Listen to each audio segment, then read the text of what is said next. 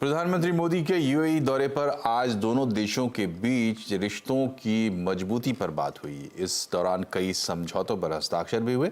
निवेश बढ़ाने से लेकर भारतीय यूपीआई ट्रांजैक्शन के लिए भी करार हुआ।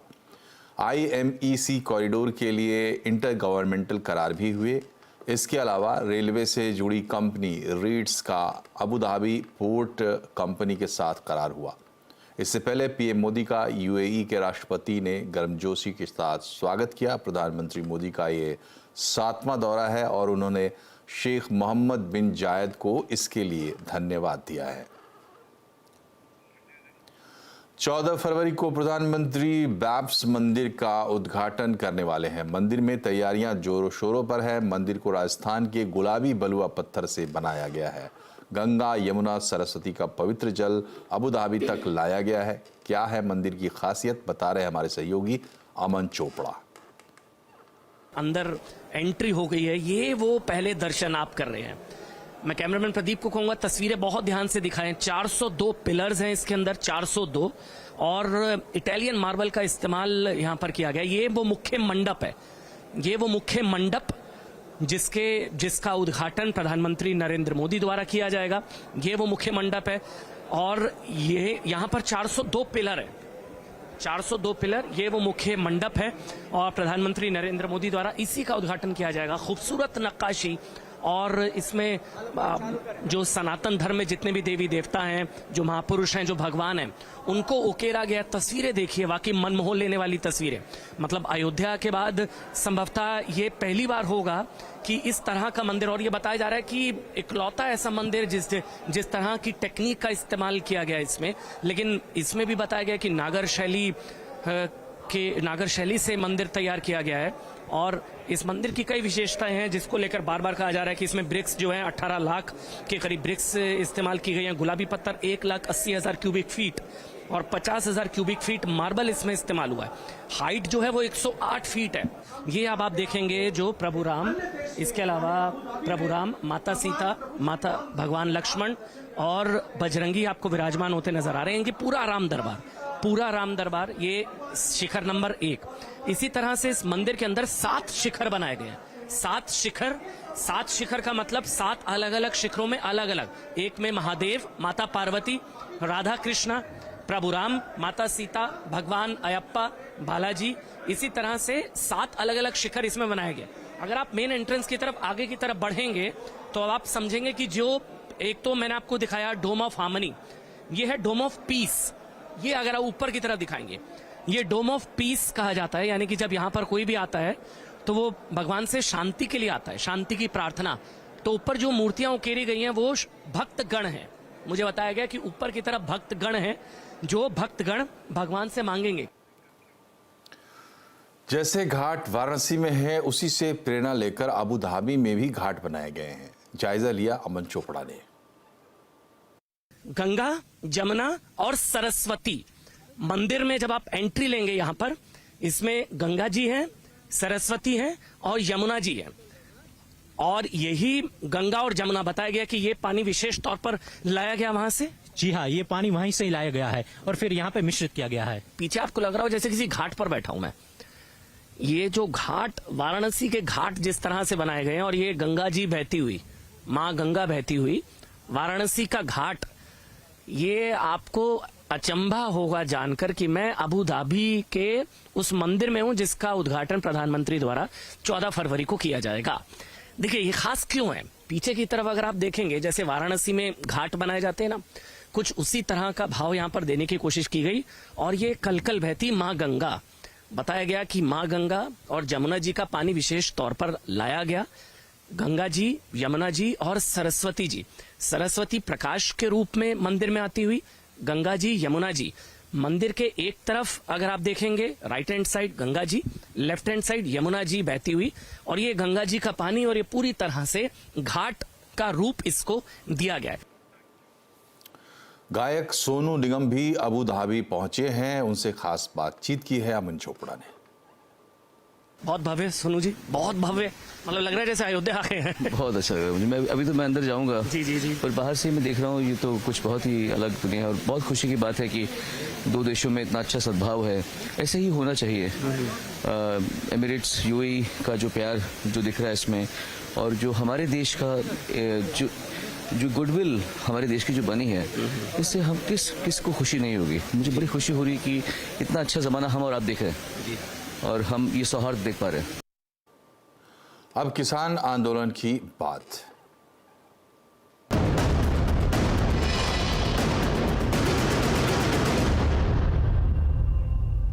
दो साल बाद एक बार फिर से अपनी मांगों को लेकर किसान सड़क पर उतर आए हैं। देश भर के अलग अलग किसान संगठन फसलों की एमएसपी के लिए कानून बनाने और कर्ज माफी जैसी मांगों को लेकर सड़क पर हैं।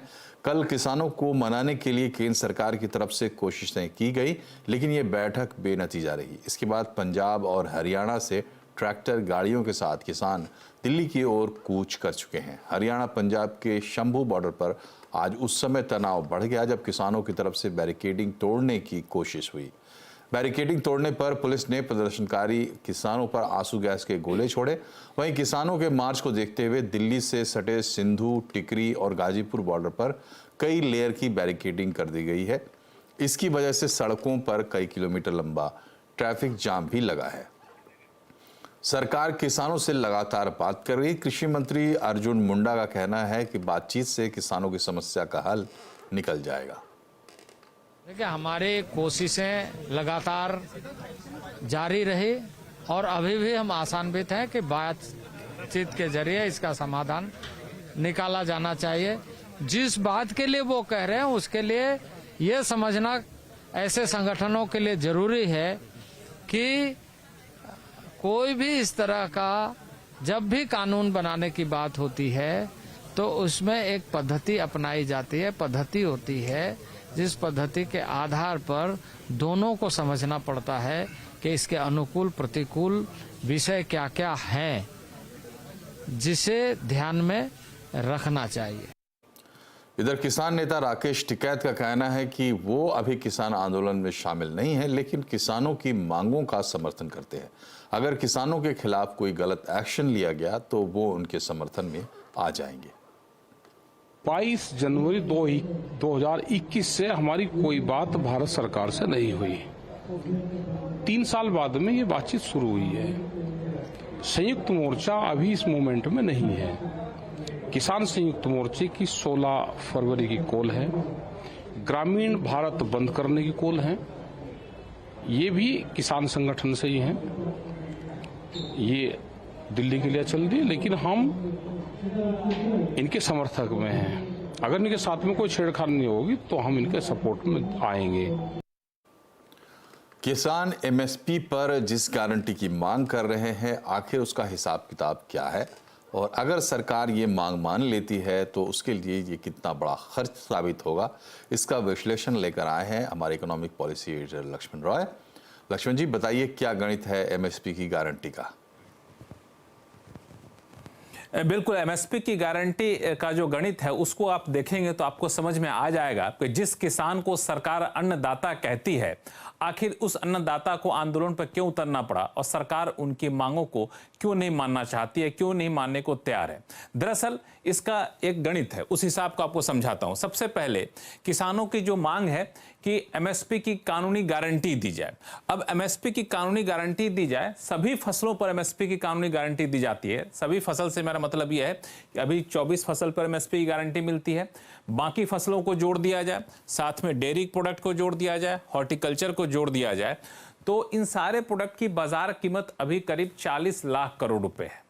अब इसके बराबर का एमएसपी देंगे तो सरकार को हमेशा, कानूनी गारंटी चूंकि दे रही होगी सरकार, तो हमेशा 40 लाख करोड़ रुपए सालाना खर्च करने के लिए तैयार रहना पड़ेगा अनाज खरीदने के लिए।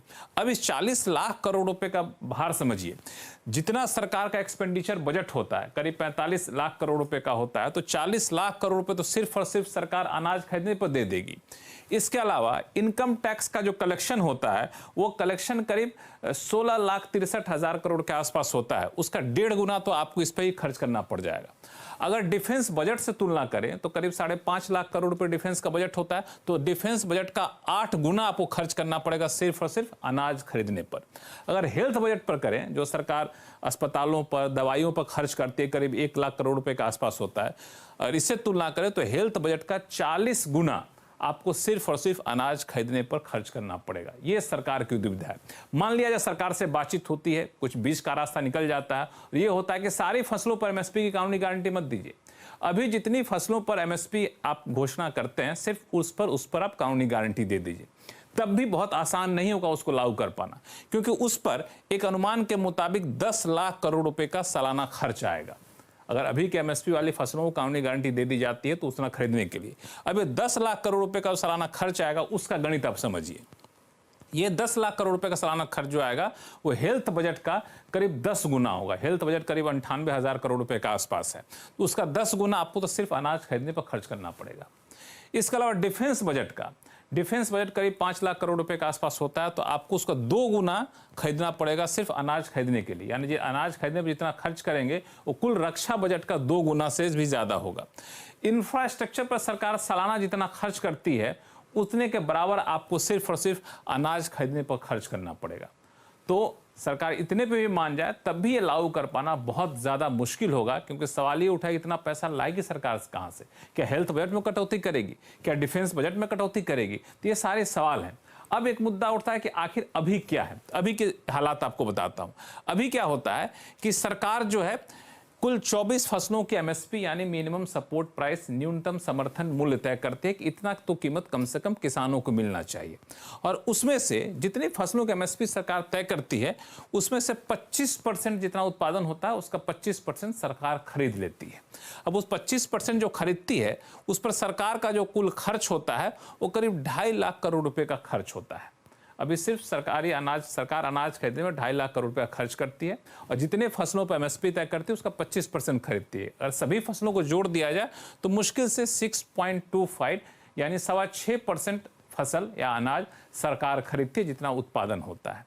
तो अभी और मांग मान लेने में आसमान जमीन का अंतर हो जाएगा। एक तरह से कहें तो पूरे राजस्व स्थिति का, फिस्कल मामले का पूरा कह सकते हैं कि बिगड़ जाएगा और सरकार के लिए बहुत मुश्किल होगी। यही वजह है कि सरकार एमएसपी की कानूनी गारंटी देने में बहुत सोच समझ कर फैसला लेना चाहती है, इसलिए इतनी देर हो रही है। बहुत बहुत शुक्रिया लक्ष्मण जी। इधर विपक्ष भी किसानों के साथ खड़ी है। कांग्रेस किसान आंदोलन के समर्थन में आ गई है। भारत जोड़ो न्याय यात्रा पर निकले राहुल गांधी ने एक्स पर पोस्ट करके किसानों को कांग्रेस की गारंटी दे दी है। उन्होंने लिखा है कि किसान भाइयों, आज ऐतिहासिक दिन है। कांग्रेस ने हर किसान को फसल पर स्वामीनाथन कमीशन के अनुसार एमएसपी की कानूनी गारंटी देने का फैसला लिया है। ये कदम 15 करोड़ किसान परिवारों की समृद्धि सुनिश्चित करके उनका जीवन बदल देगा। न्याय के पथ पर यह कांग्रेस की पहली गारंटी है। समाजवादी पार्टी के अध्यक्ष अखिलेश यादव ने भी किसान आंदोलन को लेकर मोदी सरकार पर हमला बोला है। उन्होंने कहा है कि जो सरकार एमएस स्वामीनाथन और चौधरी चरण सिंह को भारत रत्न दे रही है वो सरकार किसानों की मांगों को क्यों नहीं मान रही। जो सरकार किसानों के नाम पर वोट लेना चाहती हो, जो सरकार स्वामीनाथन जी को भारत रत्न दे रही हो, जो सरकार किसानों के नेता चौधरी चरण सिंह जी को सम्मान दे रही हो भारत रत्न, आखिरकार किसान को एमएसपी क्यों नहीं? या एमएसपी देना नहीं चाहती सरकार? बड़े लोगों से मिली हुई है सरकार, जो लोग मुनाफा कमाना चाहते हैं उनसे सरकार मिली हुई है, और उसी का परिणाम यह है कि किसान की आवाज दबाने के लिए लगातार सरकार इसी तरह का व्यवहार कर रही है किसानों के साथ। आने वाले चुनाव में जो 2024 को होने जा रहा है, देश की जनता भारतीय जनता पार्टी को हटा देगी। फिर से किसान आंदोलन क्यों हो रहा है और क्या सरकार किसानों की मांगों को मानेगी? आज आवाज अड्डा में इसी पर बड़ी चर्चा होगी शाम 7:57 पर।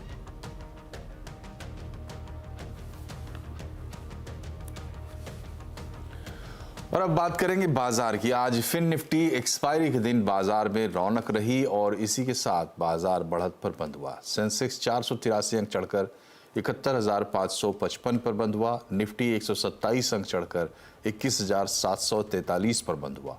आज सबसे ज्यादा तेजी बैंकिंग शेयरों में रही। वहीं मेटल ऑटो शेयरों में दबाव देखा गया। डायमेंशंस कंसल्टिंग के सीईओ अजय श्रीवास्तव का कहना है कि केमिकल सेक्टर का वैल्यूएशन महंगा है, इसलिए अभी केमिकल सेक्टर से निवेशकों को दूर रहना चाहिए। उन्होंने आगे कहा कि होटल इंडस्ट्री में हर गिरावट में निवेश करना बेहतर होगा, इसमें मुनाफा बन सकता है। मेरे हिसाब से वैल्यू पिकअप करना केमिकल इंडस्ट्रीज में प्रीमेच्योर है इस समय। अभी भी इंडियन मार्केट के शेयर बहुत एक्सपेंसिव है कंपेयर टू ग्लोबल मार्केट, और ये वैल्यूएशन, ये खासकर 2-3 साल की वैल्यूएशन आई है केमिकल इंडस्ट्री में, कभी इतनी वैल्यूएशन होती नहीं थी। और मेरे हिसाब से अगर आप इससे दूर रहें अभी भी तो बहुत बढ़िया रहेगा। अभी अगले 5 से 10 साल के अंदर में हम इस 2 इंडस्ट्रीज को देखेंगे, वो एकदम अलग ही ट्रेजेक्टरी की ग्रोथ होगी और कंसोलिडेशन होगी। जितने भी छोटे होटल्स हैं, छोटी एयरलाइंस हैं, इंडिया में खैर बची नहीं छोटी एयरलाइंस, वो सब इसमें कंसोलिडेट होंगी और एक दिन ये ग्लोबल प्लेयर बनेंगे हमारे ये 2 इंडस्ट्री के प्लेयर्स।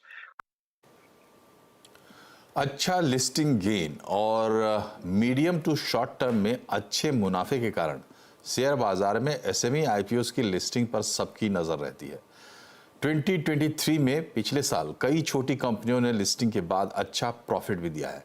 अब 2024 में कैसी रहेगी छोटी कंपनियों की लिस्टिंग, जानने की कोशिश की हमारे संवाददाता केतन जोशी ने। आजकल एसएमई आईपीओस निवेशकों को जो मुनाफा कमा कर दे रहे हैं वो बड़ी कंपनियों को भी टक्कर देती है। साल 2023 में शेयर बाजार में कुल 182 एसएमई आईपीओ आए, जबकि 2022 में 109, 2021 में 59 एसएमईज आईपीओ की लिस्टिंग हुई। पहली बार एसएमईज का मार्केट कैप 1.25 लाख करोड़ के पार निकल चुका है। लिस्टिंग गेन के तौर पर 10% से लेकर 258% तक के रिटर्न मिले हैं और नेगेटिव रिटर्न देने वाली कंपनियां बहुत कम रही हैं। अब 2024 में उम्मीद की जा रही है कि एसएमई आईपीओस की संख्या बढ़ेगी। 2023 में ऑलमोस्ट 182 एसएमई आईपीओ आए, जिसमें रिटेल इन्वेस्टर को इंटरेस्ट इसलिए ज़्यादा बढ़ गया क्योंकि लिस्टिंग गेन अच्छा मिल रहा है और धीरे धीरे लिक्विडिटी ज़्यादा बढ़ रही है, इसलिए रिटेल इन्वेस्टर इसमें ज़्यादा इन्वेस्ट कर रहे हैं। अभी 2024 की बात करें हम तो ऑलमोस्ट 22 आईपीओ तो ऑन बोर्ड आ गए हैं और इन शॉर्ट टर्म में 1 वीक से 10 दिन के अंदर में और 7 एसएमई आईपीओ आ रहे हैं। एसएमईज ने आईपीओस के जरिए कुल 8,000 करोड़ से ज्यादा की रकम जमा की है, लेकिन आज उनकी मार्केट वैल्यू 1 लाख करोड़ के पार है। एसएमईज के आईपीओ लाने के लिए ये एक बड़ी प्रेरणा है। अब हम अपना आईपीओ भी लेके आ रहे हैं, उसका फायदा हमको भी बहुत मिलेगा और जो हमारे साथ इन्वेस्टर जुड़ेंगे उनका भी बहुत ज्यादा फायदा होने वाला है, क्योंकि दोनों साथ ही मिलकर काम करेंगे और सपोर्ट करेंगे एक दूसरे को। तो हमारी कंपनी और ये जो लाइन है बहुत ज्यादा ग्रोथ है इसके अंदर और ये बढ़ता ही रहेगा। फ्यूचर बहुत ज्यादा अच्छा है इसका, कोई लिमिट नहीं है इसके लिए। भारत में तेजी से नए डीमैट अकाउंट खुल रहे हैं। शेयर बाजार में आम निवेशक की रुचि भी बढ़ रही है। भारत की अर्थव्यवस्था तेजी से आगे बढ़ रही है, जिससे छोटी कंपनियों का भरोसा शेयर बाजार के प्रति बढ़ गया है और छोटे निवेशक भी अपना पैसा अब धड़ल्ले से शेयर बाजार में लगा रहे हैं। केतन जोशी, अहमदाबाद। आने वाले समय में मारुति की कार आपको जमीन ही नहीं बल्कि आसमान में भी उड़ने का मौका देगी। जी हां, देश की सबसे बड़ी कार निर्माता कंपनी मारुति अपनी पेरेंट कंपनी सुजुकी के साथ मिलकर एक इलेक्ट्रिक एयरकॉप्टर बनाने की तैयारी में है।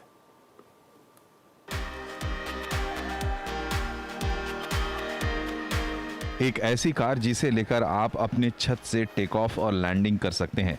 आने वाले दिनों में मारुति ऐसी ही कार लेकर आने वाली है।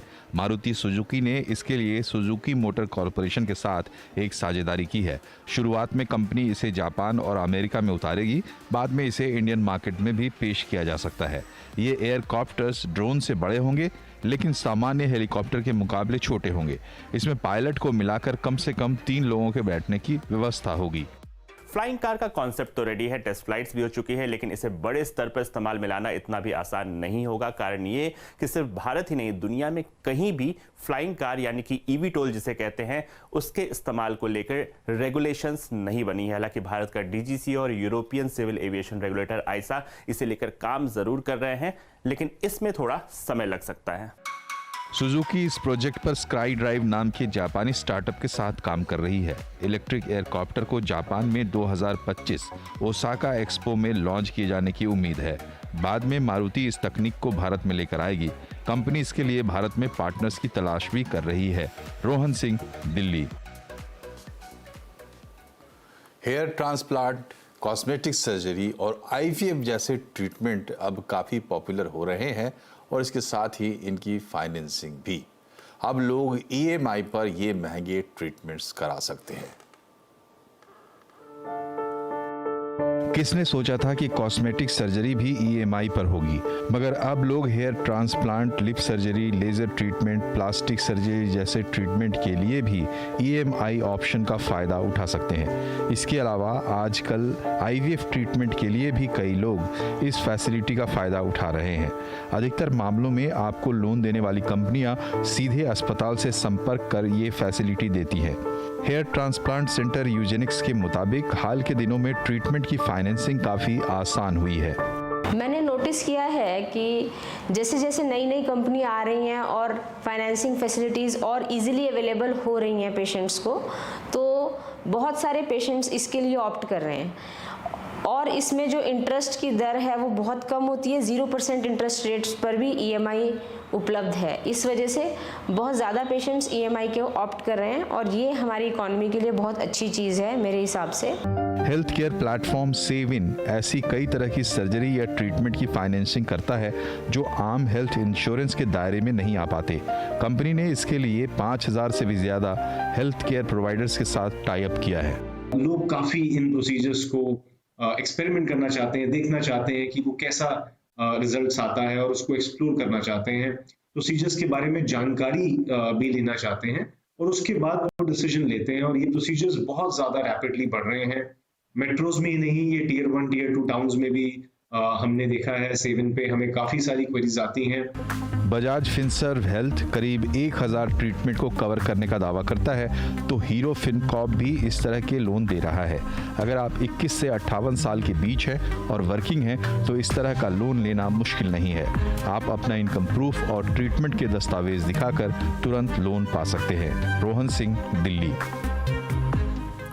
और इसी के साथ बुलेटिन में फिलहाल इतना ही, लेकिन खबरों पर अपडेट रहिए और इसके लिए जुड़े रहिए CNBC आवाज़ से। हम सोशल मीडिया पर भी मौजूद हैं। नमस्कार।